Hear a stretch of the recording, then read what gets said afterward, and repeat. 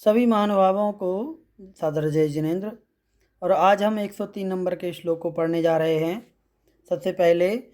और इसमें सामायिक करने वाले जो व्यक्ति हैं, जो जीव हैं, वो क्या करते हैं और क्या करना चाहिए, किस प्रकार से वो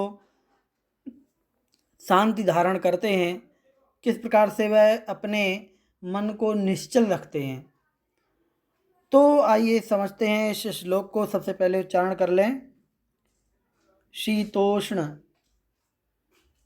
दंश मशक परीशः मुपसर्गमपि च मौनधराः सामयिकं प्रतिपन्ना अधिकुरि।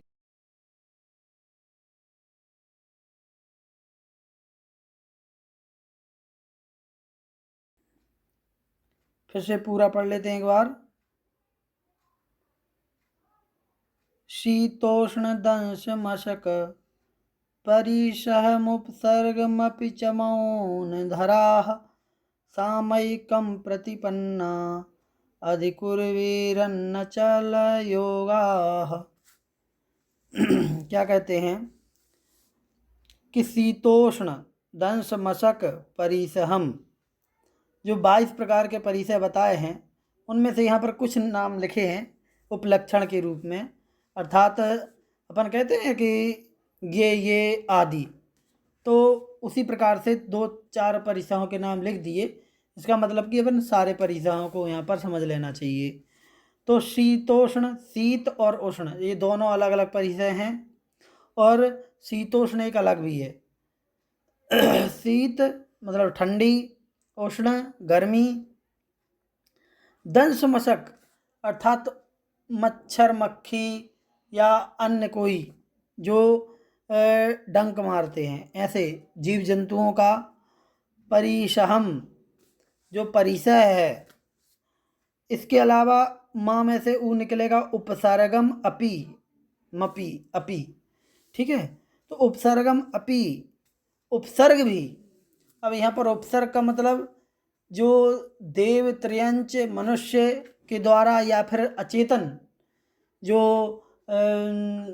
पेड़ पौधे या अपन पत्थर मिट्टी या इत्यादि कुछ भी ले लो, आंधी तूफान इत्यादि, ये सब इनके द्वारा जो उपसर्ग किया जा रहा है, उन सब को मौन धराः अर्थात मौन को धारण करने वाले।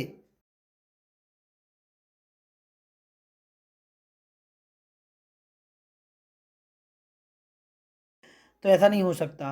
तो मौन धराः मौन को धारण करने वाले, और सामयिकम प्रतिपन्नाः सामायिक को स्वीकार करने वाले या सामायिक करने वाले, सीधी बात है। अधिकुर्वीरन्न अचल योगाः, यहाँ पर अचल योगाः निकलेगा। अधिकुर्वीरन्न, अधिकुर्वीरन आधा ना अंत में, फिर अचल योगाः निश्चल योग वाले। मन वचन काय की प्रवृत्ति, मन और वचन और काया तीनों की प्रवृत्ति को स्थिर करने वाले, ऐसे अचल योग को धारण करने वाले, सामायिक को स्वीकार करने वाले या फिर सामायिक करने वाले, ऐसे वह व्यक्ति क्या करते हैं, इस प्रकार के परिग्रहों को परिसहों को, परिसह को और उपसर्ग को अधिकुर्वीरन अर्थात सहन करते हैं या फिर सहन करें। कहने का तात्पर्य है कि सामायिक करते समय उपसर्गों को भी सहन करना चाहिए। अब 2 चीज़ आती हैं यहाँ पर कि सबसे पहले उन्होंने पिछले श्लोकों में बताया है, आप लोगों ने देखा भी है, सुना होगा, कि आचार्य श्री कहते हैं कि सामायिक करने के लिए आप पहले से ऐसा स्थान देखें जहाँ पर किसी प्रकार के उपसर्ग की बाधा ना हो, एकांत स्थान हो, है ना। एकांत हो, स्त्री पुरुष नपुंसक आदि जीव जंतु हंसक प्राणी किसी प्रकार का कोई व्यवधान ना हो, है ना। तो ऐसे अनुकूल जगह पर ही आपको सामायिक करना है, जिससे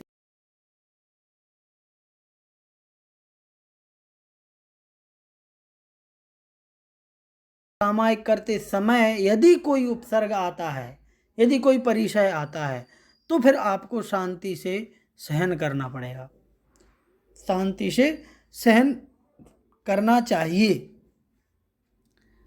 अब यहाँ पर ये नहीं कहने का मतलब है कि आप ऐसी जगह पर सामायिक करो जहाँ मच्छर बहुत ज़्यादा हैं और फिर कहो कि आप मच्छरों के काटने को सहन करो। नहीं, आप ऐसा स्थान चुनें जहाँ पर मक्खी मच्छर हो ही नहीं, लेकिन बावजूद इसके भी यदि कोई आ जाता है तो फिर आपको शांति से सामायिक करते रहना है, आकुल व्याकुल नहीं होना है। ये यहाँ पर मुख्य से समझने की बात है। नहीं तो कई लोग ऐसा सोचते हैं कि अरे अच्छी जगह पर तो हर कोई सामायिक कर लेगा, ऐसी जगह सामायिक करो जहाँ पर मच्छर मक्खी हो या फिर ठंड ज़्यादा लगती हो, है ना। जो अच्छे संगठन वाले जो मुनिराज होते हैं या श्रावक होते हैं वो तो ठीक है, जहाँ जितनी जिसकी क्षमता है वो कर सकता है, लेकिन ये कोई बात नहीं होती कि नहीं ऐसी जगह पर सामायिक करेंगे तो ज़्यादा फल मिलेगा या ज़्यादा अच्छी सामायिक कहलाएगी। ऐसा कुछ भी नहीं है। हम ऐसी जगह पर ही सामायिक करें जहाँ पर हमें आत्मा का चिंतन करने में ज़्यादा सहूलियत हो। ठीक है, तो यही इसमें इस श्लोक में बताया है। चलिए अगले श्लोक को पढ़ लेते हैं।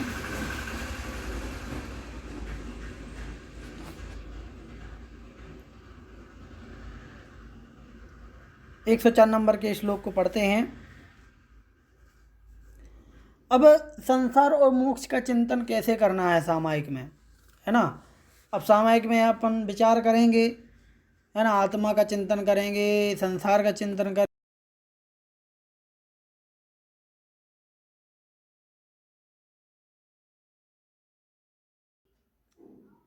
अशरण अशरण मशुभ मनित्यम दुख मनात्मान मावसामि भवम। अशरण मशुभ मनित्यम दुख मनात्मान मावसामि भवम। मोक्षस्तद्विपरीतात्मेति ध्यायन्तु सामयिके। पूरा पढ़ लेते हैं। अशरणमशुभमनित्यम् अशरणमशुभमनित्यं दुःखमनात्मानमावसामि भवम् दुःखमनात्मानमावसामि भवम्। मोक्षस्तद्विपरीतात् मेति ध्यायन्तु सामयिके। पढ़ते समय क्या करना है, मोक्षस्तद्विपरीतात्, ये आधा ता है वहाँ तक पढ़ना है, तात, फिर मेति ध्यायन्तु सामयिके, ये अगले स्टेप में पढ़ना है। तो इस प्रकार से पढ़ लेते। क्या कहते इसमें, अशरणम अशुभम अनित्यम, अशरण स्वरूप अर्थात शरण रहित, अशुभम शुभ रहित अर्थात अशुभ, अनित्यम नित्यता रहित, नित्यपने से रहित, दुखम अर्थात दुख स्वरूप। फिर दुखम में माँ आधा इधर ले लेंगे, फिर आ बचेगा यहाँ पर, तो वो हो जाएगा अनात्मानम। अनात्मानम अर्थात आत्म स्वरूप से रहित। आवसामी भवम, इस भव में, भव मतलब इस संसार में, चतुर्गति रूप जो संसार है उसको भव कहा है, उस भव में आवसामी अर्थात रहता हूँ। कौन, मैं। तो संसार का स्वरूप क्या है कि संसार का स्वरूप है शरण रहित, शुभ रहित, नित्य रहित और दुखम अर्थात दुख स्वरूप और आत्मा के स्वरूप से रहित। ऐसा यह संसार है, इस संसार में मैं रहता हूँ। जिस संसार में मैं रह रहा हूँ वह संसार ऐसा है, वहाँ पर कोई शरण नहीं है, कोई भी वस्तु नित्य नहीं है, हर चीज़ नश्वर है, कोई भी वस्तु शुभ नहीं है। सांसारिक विषय भोगों की जो वस्तुएं हैं वो सभी अशुभ हैं और दुख स्वरूप हैं, सुख स्वरूप नहीं हैं। और आत्मानम अनात्मानम अर्थात आत्मा के स्वरूप से रहित हैं। आत्मा का स्वरूप वहाँ किसी को पता नहीं होता है ना। जो संसार में रमे रहते हैं वो आत्मा के स्वरूप से दूर रहते हैं। लेकिन मोक्षस तद विपरीतात, जो मोक्ष है वह उससे विपरीत है, और इसलिए आत्मा, यहाँ से विपरीता, ये ता बड़ा दिखाई दे रहा है, इस बड़े ता में से आ निकलेगा, वो बनेगा आत्मा। ठीक, और फिर एति जो दिख रहा है वो है इति, दोनों को जोड़ देते हैं तो आत्मेति हो जाएगा। आत्मा प्लस इति बराबर आत्मेति। तो मोक्ष तद विपरीतात, मोक्ष इससे विपरीत है, अर्थात वह शरण स्वरूप है, शुभ है, नित्य है मोक्ष, और दुख स्वरूप नहीं है बल्कि सुख स्वरूप है, और आत्मा के स्वरूप से सहित है। ऐसा वह मोक्ष है, अर्थात संसार से उल्टा विपरीत है मोक्ष। ऐसे उस मोक्ष के प्राप्त करने के लिए आत्मा इति, आत्मा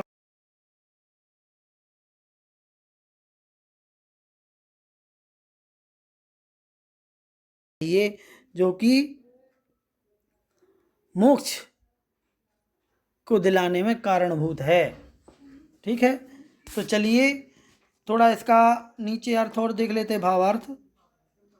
क्या कहा है कि सामायिक के समय तत्व चिंतन होना चाहिए। तत्वों में प्रमुख जीव तत्व है।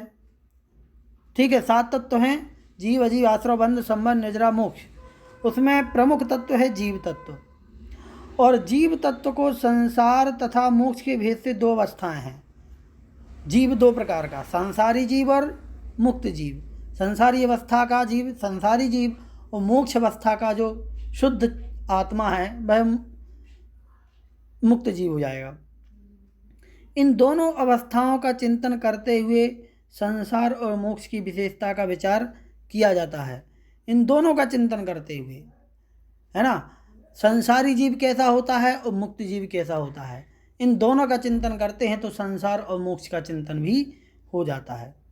संसार की विशेषताओं का चिंतन करते हुए विचार करना चाहिए। संसार का चिंतन कैसे करेंगे, तो कहते हैं कि ये संसार अशरण है, अशुभ है, अनित्य है, दुख स्वरूप है, और आत्मा के स्वरूप से रहित है, अर्थात आत्मा की जो शुद्ध अवस्था है वह नहीं है।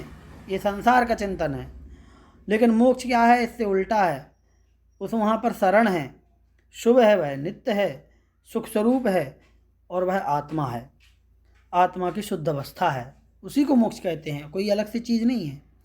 ऐसा विचार करने से संसार से उपेक्षा और मोक्ष के प्रति आदर भाव बढ़ जाता है, उत्पन्न होता है। ठीक है, जीव की यह संसार अवस्था कर्म नोकर्म रूप अजीव के संबंध से हुई है। संसार अवस्था कैसे बनती है, कर्म और नोकर्म के संयोग से।